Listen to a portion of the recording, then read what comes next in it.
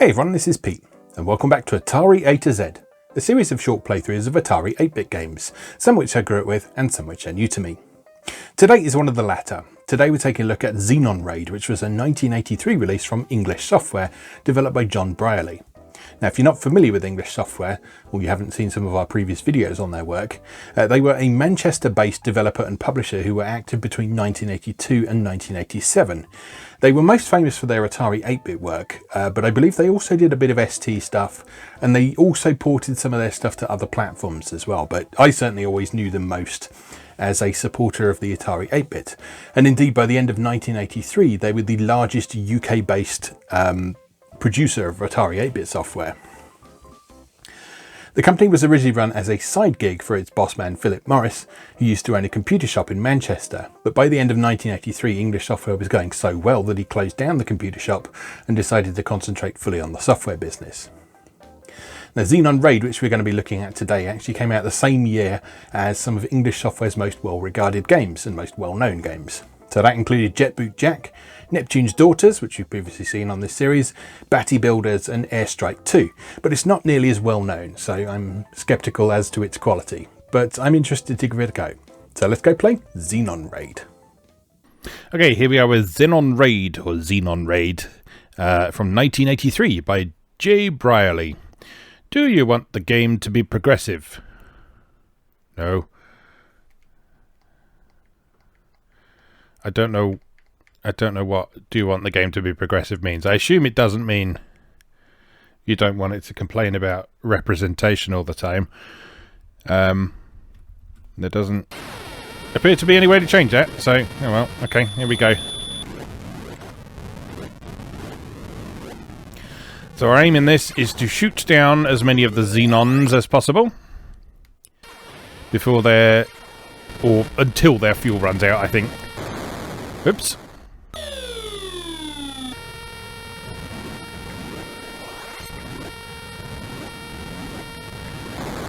And as far as I can make out from what I read in the manual, I think that's about it.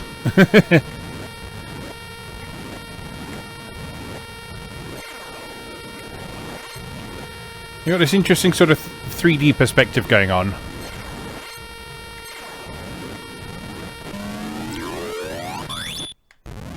And you sort of appear to be going down this road as you're fighting against the enemies.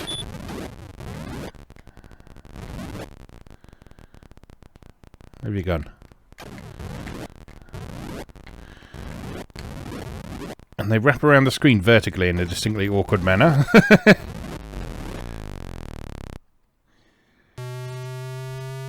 Okay, then we have this docking sequence, which not 100% sure what we're supposed to do with. Oh, I see. Okay. I think I did that wrong.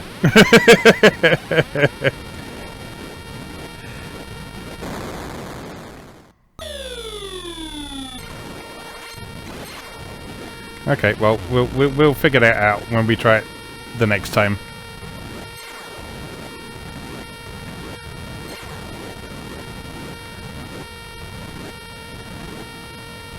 God, it's really awkward to shoot these buggers.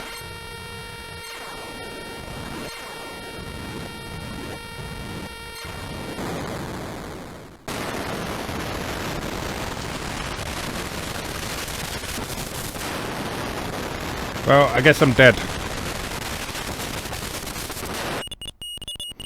Message from Xenon High Command. We are sorry that your convoy has been destroyed, but if you would like to press start, we could give you another chance. End. Okay. In the manual I read, there was no hint of that context. Of you driving a convoy and defending them. But I guess that makes sense, given the road. Whoops.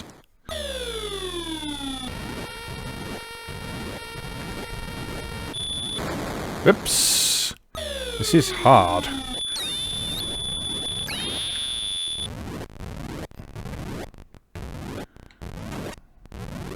Come on, come here. Oh, it's an explosions kill you game.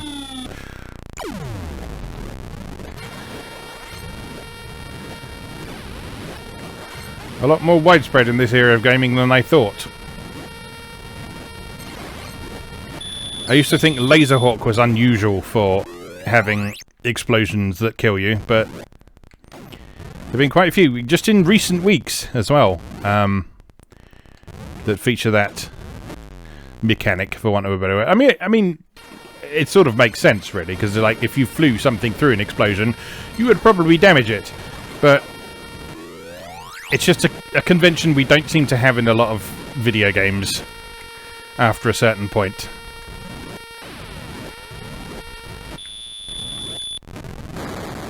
Ah!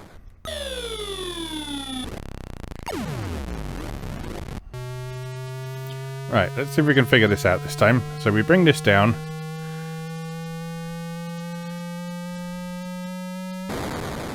No.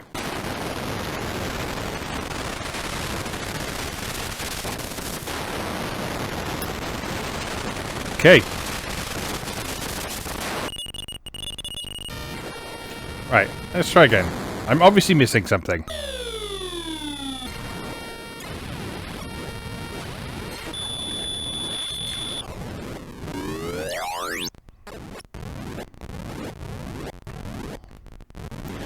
Oh, I see. Right, those fireballs that sort of occasionally fly diagonally across the screen. Those are actually the enemies we destroyed. They're not sort of random bonus enemies. So when you shoot something, they become flaming wreckage that you have to avoid. And if you shoot them down towards the lower portion of the screen, they will often wrap around from the top. Ah!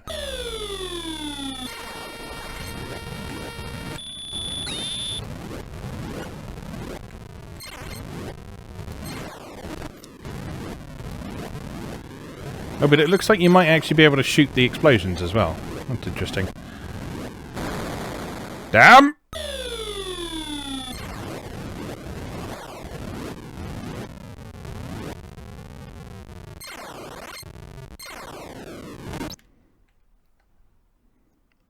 Any more?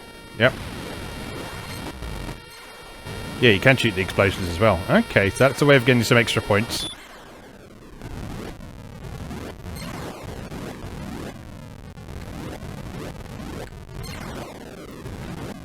Oh, their randomized movement is so difficult to deal with, though.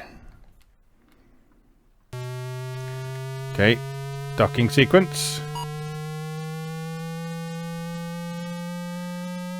Right, have we just got to line that up perfectly with this thing?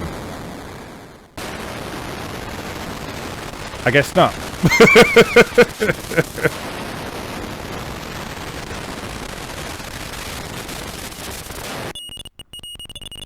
You know, I'm going to go check the manual again, so if you bear with me, I will be right back.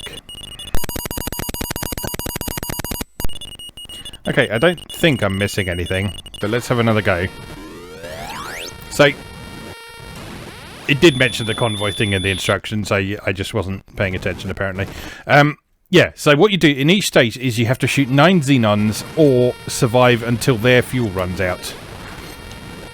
And their fuel is the numerical gauge at the top of the screen, not your gauge at the bottom of the screen. So the gauge at the bottom of the screen is your fuel, and the docking sequence is for you to get some of your fuel back.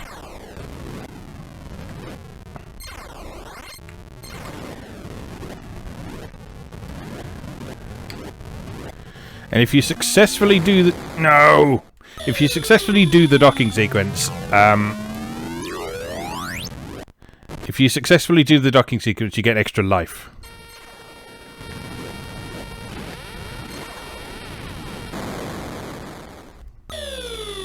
But then if you fail the docking sequence, you lose a life, so...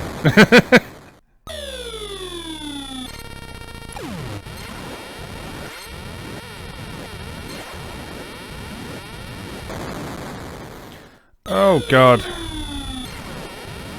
This is the easiest level as well.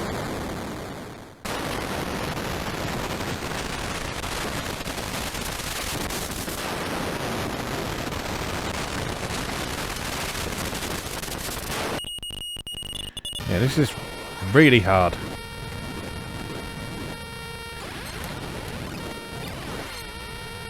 I have faith though. I can do this. I can do this.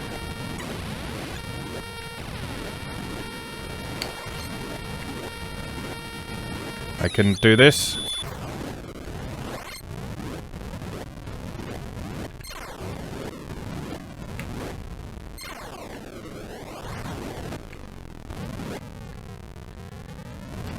I can absolutely do this, probably. There we go. That's 3. Wonderful. Just 6 more.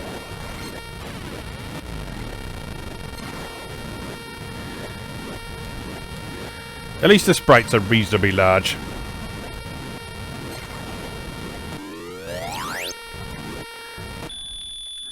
Okay, 3 more.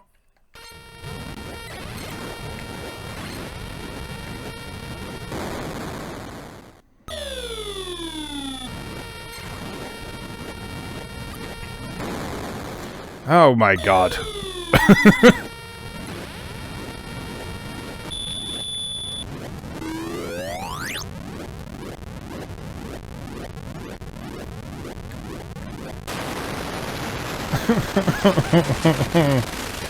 Oh, I ran out of fuel.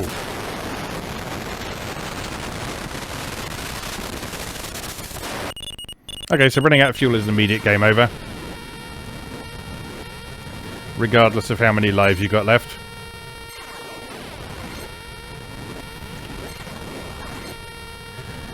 And I think the more you shoot, the more fuel you consume. So you need to be a bit more sparing with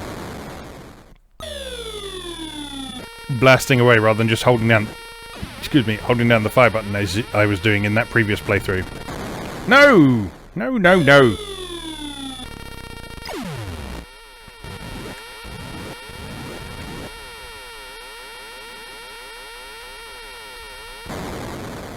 Oh!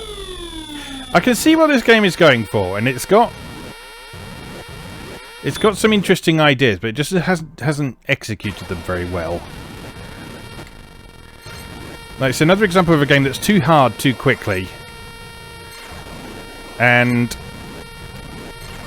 the unpredictable nature of the way the aliens move it's not really fair. I mean, it always sounds like a bit of a whine when you say something like that, but it's not really fair. Excuse the helicopter going over. It's being very noisy, if you can hear that. But no, it's not fair because it's so unpredictable. It's so unpredictable that it makes it nearly impossible to hit anything. The essence of a good shoot-'em-up is one where you can learn the enemy's attack patterns and you can sort of preempt them. Whereas in this, they move so chaotically. I mean, like, look at this guy. I've been trying to shoot him for ages. And it took that long to get rid of him.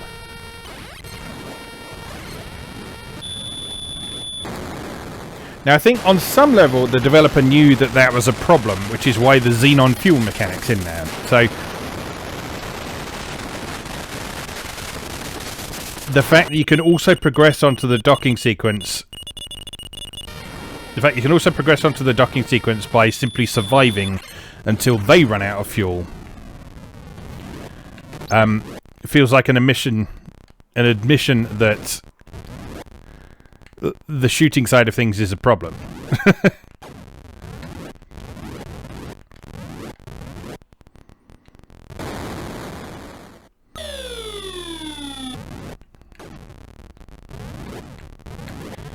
I mean, the fundamentals are fine. The controls are responsive. It's sort of fairly conventional fixed shooter. You can shoot one bullet at a time, sort of fair, which is an acquired taste for some these days, of course, but it wasn't anything unusual at the time.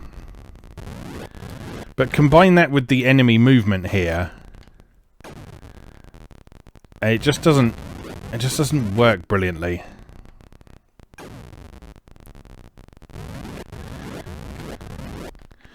And there's not really any variation either. Like, all of the enemies do this. Like, there aren't some enemies that are easier to hit than others. They just all burst onto the screen and just hurl themselves at you like that.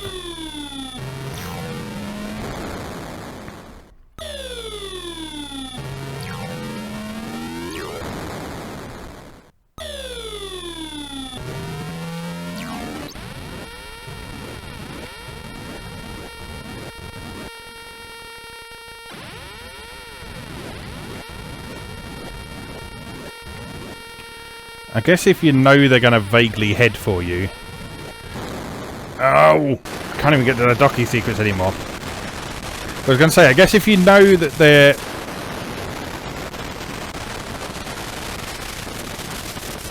If you know that their path is going to take aim for you, vaguely, even if they approach you via a fairly chaotic pattern, then you can sort of put yourself in the path of them. And I guess that's what you're supposed to do. But see, like there, that green one just moved specifically away from my position.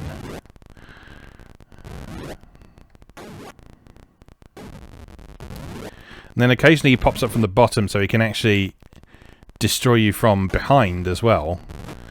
Including by wrapping around the screen, both horizontally and vertically. Oh, I tell a lie, there actually is some slight difference in the enemy behaviour. If you look at the blue one, if you look at the way the blue one is moving, the blue one takes a straight path down the screen and just alters its course every so often. It goes diagonally one direction and then it switches to diagonally another direction. Whereas the green one is the most chaotic one. And I guess the white one is somewhere in between. The white one looks pretty chaotic as well. In theory, the blue one should be the easiest one to hit then.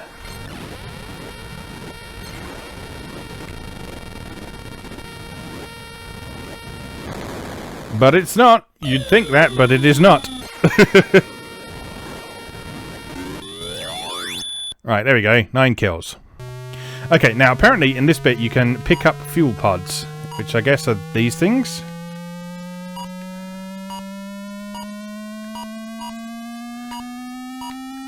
Oh, it's all the flashing things. Okay. Okay, then we have to try and land on the thing. But you have to do it pixel perfect. Like literally pixel perfect. As in, if you are 1 pixel to the left or right of your ship, you will crash and lose a life. That's not good. That's not good. Like, the principle of the docking sequence is absolutely fine. If you look at an arcade game like Mooncrester, that has a docking sequence similar in principle to what we've got here. But it allows a certain margin for error. So, like, if you're not quite centered in Mooncrester, you'll still sort of snap into position. And that works much better. Whereas in this, although we've got very large pixels, you've still got to be pixel perfect. And that is not easy, particularly when, I don't know how clearly it comes across, but there is actually a slight drift. A slight deliberate drift in the controls of the refueling pod thing coming down.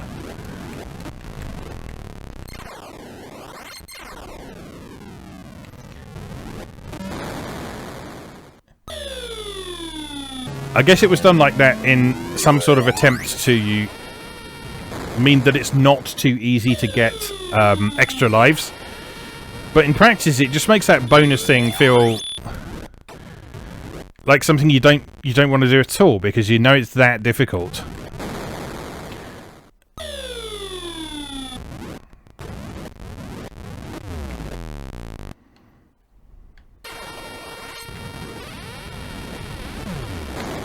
Yeah, I think we're starting to get the picture why this is one of English Software's lesser known games.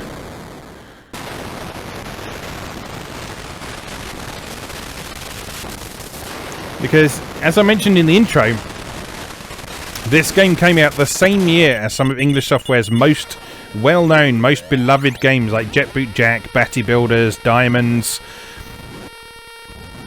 all that sort of thing. And it just doesn't compare. It just doesn't compare at all, either in terms of presentation or gameplay.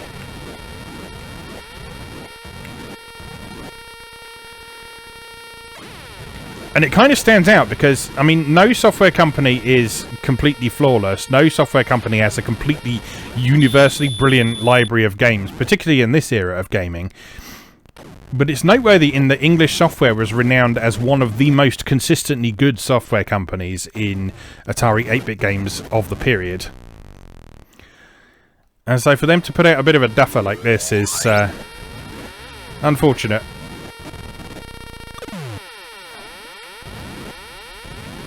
Still, it's interesting to give it a go at least.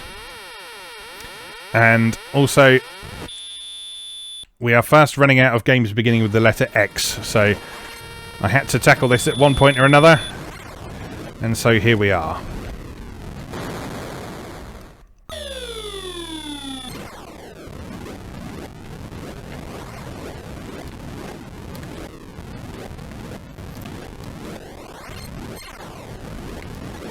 There's just a few little tweaks that could have made this better. So one is giving the enemies a more sort of learnable pattern to move on.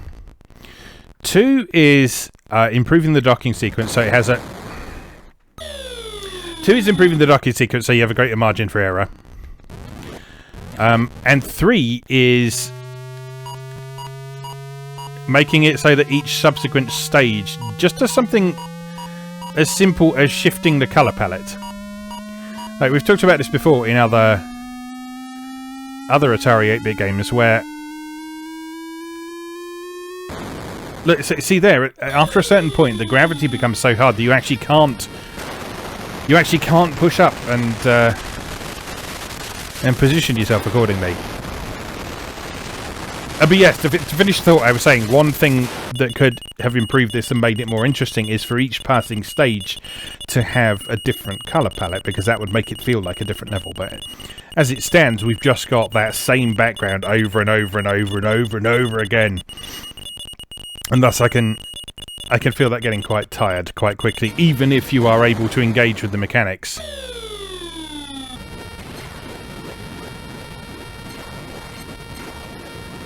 You see, even the demo mode can't play this game properly.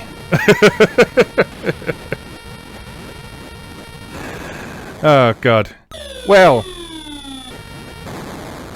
like I say, they can't all be winners, can they? And, like, having seen the limited number of games that begin with X, I knew we were going to have to take this on at some point. I hadn't really deliberately been holding it off, but I don't know. Something about my initial reaction to it when I first saw it made me think, that's probably not going to be great, is it? And sure enough, it's not great. But like I say, it is interesting to see in context of English Software's other output from the era, which was very, very good, like legendarily good. English Software were a legendarily good game developer and publisher from the period. But anyway, we'll leave that there for now. As always, thank you very much for watching, and I'll see you again next time.